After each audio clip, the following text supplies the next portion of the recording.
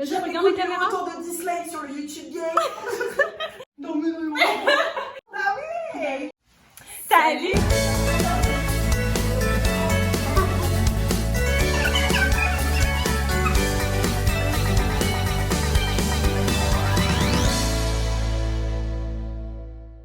Coucou tout le monde, aujourd'hui on va vous parler des boîtes au Japon.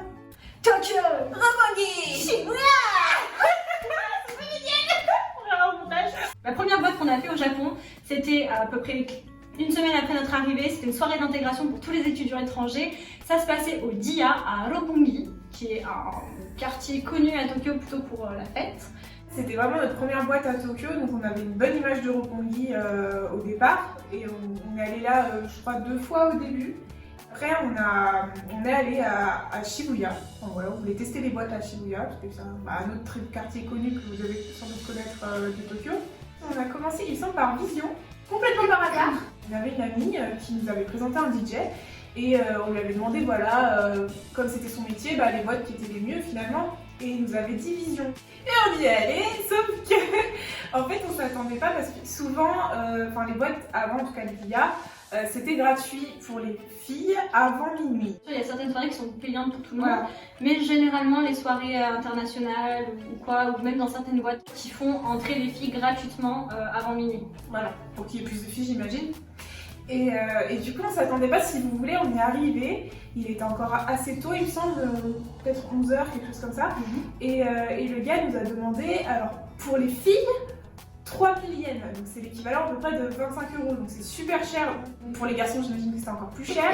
Du coup, on est surprise en fait, et on s'est dit, ah mince, est-ce qu'on y va? Et moi j'ai complètement paniqué, en fait, j'étais en mode, mais on est là, on paye! J'ai donné, tu vois, c'est trop tard! Ouais, à ce prix-là, moi je m'étais dit non, mais non, on va peut-être aller voir ailleurs. Le fait qu'on paye très cher, on s'était dit, il y a sûrement des bons DJ. Voilà, c'est sûrement une boîte assez quali finalement, et on s'est pas trompé parce que au début on tâtonnait un peu. Il y a plusieurs salles en fait aux Vision et il y en a une très très grande.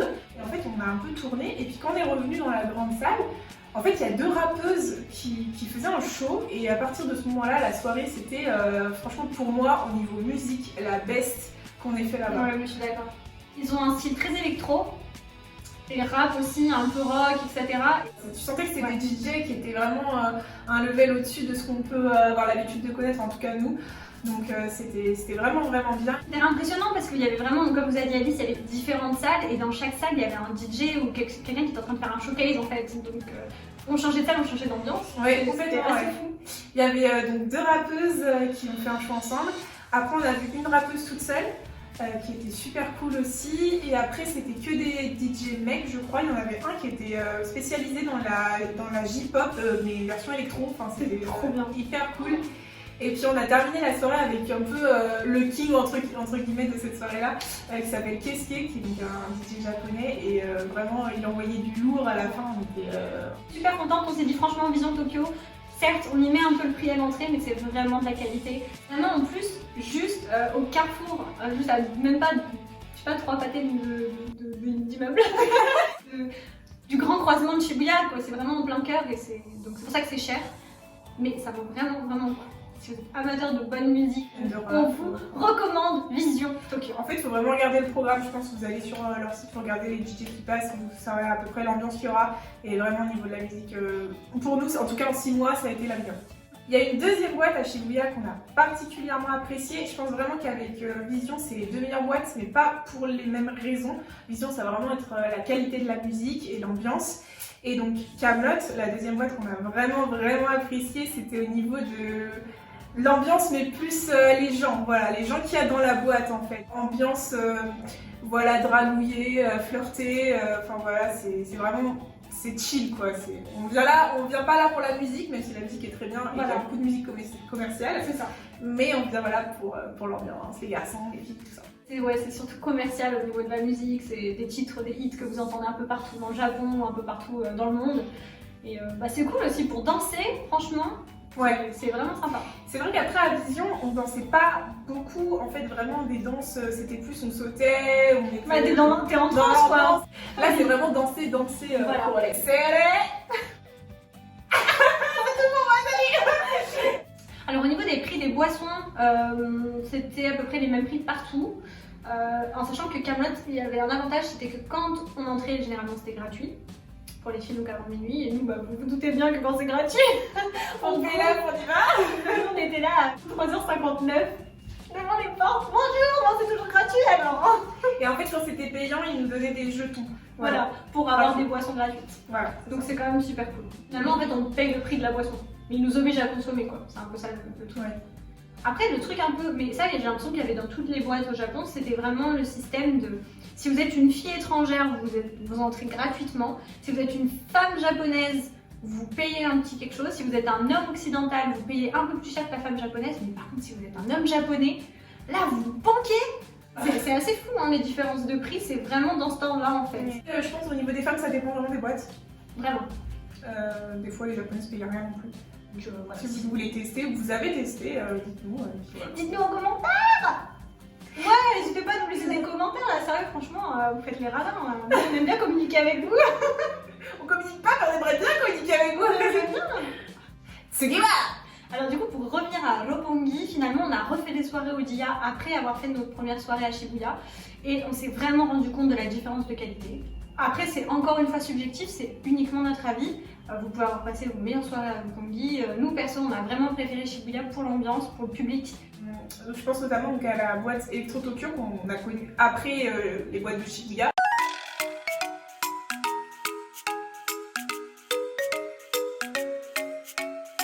Où on a eu un peu des moments un peu voilà. Déjà on est arrivé, on parle un petit peu japonais quand même.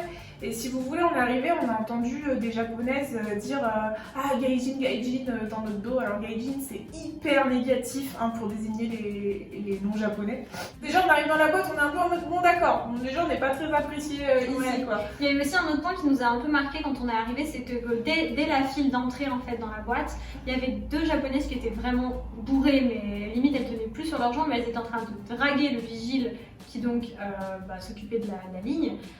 Et déjà ça, normalement les filles qui sont autant bourrées, généralement ils les refusent aux entrées des boîtes. On est arrivé devant les gars, les vigiles pareil pour rentrer, ils nous ont dit mais du coup vous avez votre carte, parce qu'apparemment il y avait des cartes spéciales avec des couleurs selon ton rang. Enfin c'était vraiment la boîte très VIP je pense. Ouais, et nous on savait pas, on y allait au pif. Nous on avait une entrée gratuite. Ouais c'est ça, c'est nous, gratuit on y va. Et la boîte en soi était plutôt... Elle était bizarrement agencée au sous-sol. Parce qu'en fait, au sous-sol, c'est-à-dire on était censé danser, sauf qu'au milieu de la pièce, ça prenait tout le milieu de la pièce, il y avait les canapés pour les VIP qui ramenaient des bouteilles, et à chaque fois que quelqu'un ramenait une bouteille, il coupait la musique pour mettre une musique spéciale pour la bouteille. Donc on sentait que c'était pas du tout... pour danser. Voilà. Tu viens pas ici pour danser, tu viens pour t'afficher avec tes potes. Champagne, vas-y compagnie. Ça c'est pour ça c'était assez relou. Enfin, Electro Tokyo, je pense que c'est l'une des boîtes qu'on a vraiment le moins aimé parce que on n'était pas le public. On était clairement pas visé. Le prix des boissons, par exemple, une boisson c'était 1000 yens. Ce qui peut paraître pas forcément très cher, mais dans les autres boîtes, notamment à Kaamelott par exemple, la boisson on allait la payer 500 yens. Ouais. En tout cas en tant que fille, parce que les garçons payaient 700, 800, 900. Enfin, ça dépendait, encore une fois, les prix sont variables selon si t'es une fille ou un garçon. C'est pas figé. Le prix du casier aussi, c'était un délire. C'était 500 yens. Oh, c'était cher. C'est super cher, normalement les casiers c'est quoi? C'est 230. Ouais, c'est quoi? C'est 1 euro. Là c'était plus de 3 euros quoi. Enfin... C'est pas tant que c'est cher comme ça, mais c'est cher comparé aux autres boîtes. Donc voilà, Electro Tokyo, on vous conseille pas. En tout cas, nous on n'a pas aimé. Après, si vous aimez cette espèce d'ambiance très VIP, voilà, on est avec des gens qui ont les moyens, on peut draguer des gens assez fortunés, etc. Si vous appréciez ça, on s'en fout, nous on n'est pas dans le jugement. En plus, nous on sortait d'une soirée à ce moment-là, une espèce de petite bachata un peu à l'espagnol dans un bar qui faisait justement de la musique espagnole, etc. Enfin latine du moins. Et donc on était sapés comme des boudins quoi. Ça c'est l'avantage dans les boîtes. Il n'y avait pas besoin de s'amener sur son 31 pour pouvoir rentrer dans une boîte. Et c'est vrai que du coup, je pense que là, pour le coup, Electro Tokyo, c'était vraiment la boîte où il fallait mettre sa robe du 31 décembre, etc. Et nous, on a eu avec des habits, on était quand même habillés pour une soirée, mais vraiment une soirée détente, quoi, comme quand j'allais en soirée chez vos potes. C'est ça. Donc ouais, on s'est fait un petit peu juger. On était des gagistes, donc ça passe. Grosse différence avec Kaamelott et Vision. À Kaamelott et Vision, on n'a jamais le sentiment de s'être étouffé entre les gens, quoi. À savoir qu'à Kaamelott, il y a quand même 3 étages. Oui. 3 étages de boîte, donc ça aide aussi à pas sentir. Ouais, mais là, elle était grande. Elle était vraiment grande et malgré ça, on était étouffés dans la masse, quoi. C'était insupportable. Notre troisième boîte préférée qu'on a pu faire à Tokyo, c'était à Shinkiba. Ça s'appelle Ageha. La boîte était gigantesque. Ah ouais, Vraiment, elle j'ai un était souvenir vraiment grande. d'un truc très très vaste. C'était comme limite dans un entrepôt. En fait, c'est simple, on est arrivés tous ensemble et qu'on était un groupe, je sais pas, de 10-15, je m'en rappelle plus. Et en fait, on s'est dispatché en 5 minutes, stop chrono, parce que c'était tellement grand. On s'est tous dispatchés, on s'est retrouvés à 2 et on a reconnu en fait notre fameux caissier de Shibuya qui faisait bon, voilà, un show. Et sauf qu'il y avait quasiment personne devant lui. Nous, on était là, mais à Shibuya, le mec, c'est un dieu. Qu'est-ce qu'il y a là, il y a personne devant. Du coup, nous, on était en mode qu'est-ce et tout. Donc, on avait devant.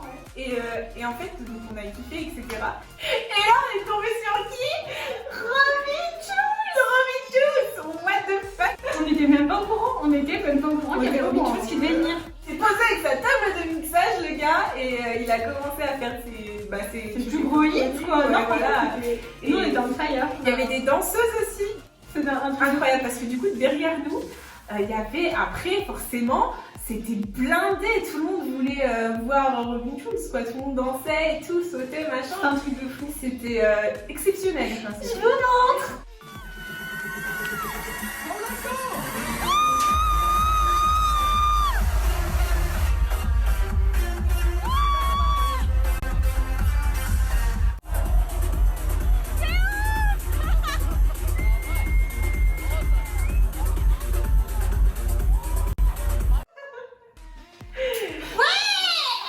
Voilà, c'était un truc de fou, on était super contentes. Et voilà, c'est tout pour cette vidéo. Ça nous a fait vraiment plaisir de vous en parler parce que ça nous a rappelé plein de bons souvenirs, des boîtes et de la fête et des soirées et du monde et tout quoi. On aura l'occasion de vous parler de plus grosses soirées là-bas. Vous l'aurez compris, les meilleures sont à Shibuya. On espère que très prochainement, très rapidement, le plus rapidement possible, voilà, les boîtes réouvrent, que les gens puissent reprendre leur vie et donc du coup que vous puissiez aller tester les super boîtes à Tokyo. Sayonara! Oh, les backstage! Oh, c'est gracieux.